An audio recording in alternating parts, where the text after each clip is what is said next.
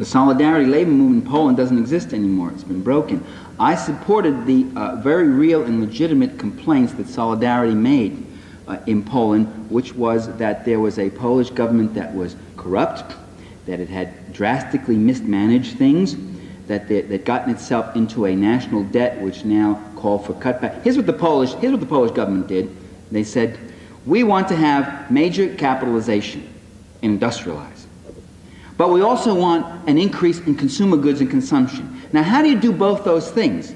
How do you use your capital for capitalization and use it also for consumption, increasing consumption?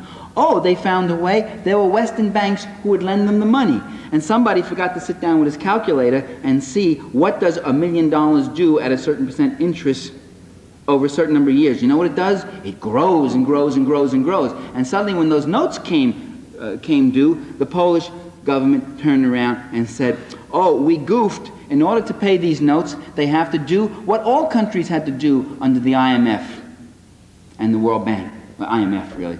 What the IMF does when the bucks are out there and you're not paying it, they introduce what's called a stabilization program, which means, very simply, you've got to cut back on consumption. Consume less for your workers, less social service, less that, so you have more money and more, give them less, more to export, more to earn, more to pay back our debt. So the government turned around to the workers right around Christmas time too and said, sorry, we're going to have to put a freeze on this, put a freeze on that, cut back on that, cut back on meat consumption, so forth and so on. And that was the straw that broke the camel's back. And the workers went out with a whole array of very real grievances. I also supported them in the subsequent months when the government did what often many vested governments do, or your average college dean, stall, not agree to the agreements and then not carry some of them out and all that sort of thing. I did not agree with Solidarity when Lech Wałęsa, who was after all a close associate of Jack Kurin of CORE, who himself is a right-winger, a close associate of Milczewski, who was head of the Confederation for an Independent Poland, who was an open fascist sympathizer, when Lech Wałęsa got up and said, and who, by the way, is an open admirer of Ronald Reagan.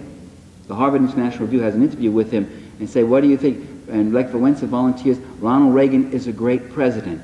When he said we will be moving towards state power, I didn't support that move because I believe that the Solidarity leadership was anti-socialist, right-wing. I believe the kind of anarcho-syndical worker ownership they had about the factories was so half-baked that the economy would have been totally wrecked. They had no plans as to how that system would work.